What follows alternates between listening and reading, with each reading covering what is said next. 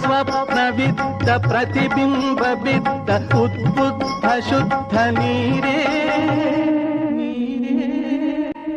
ಎಚ್ಚೆತ್ತು ಎತ್ತ ಆಕಾಶದುದ್ದ ಧರೆಗಿಳಿಯಲಿದ್ದ ಧೀರೇ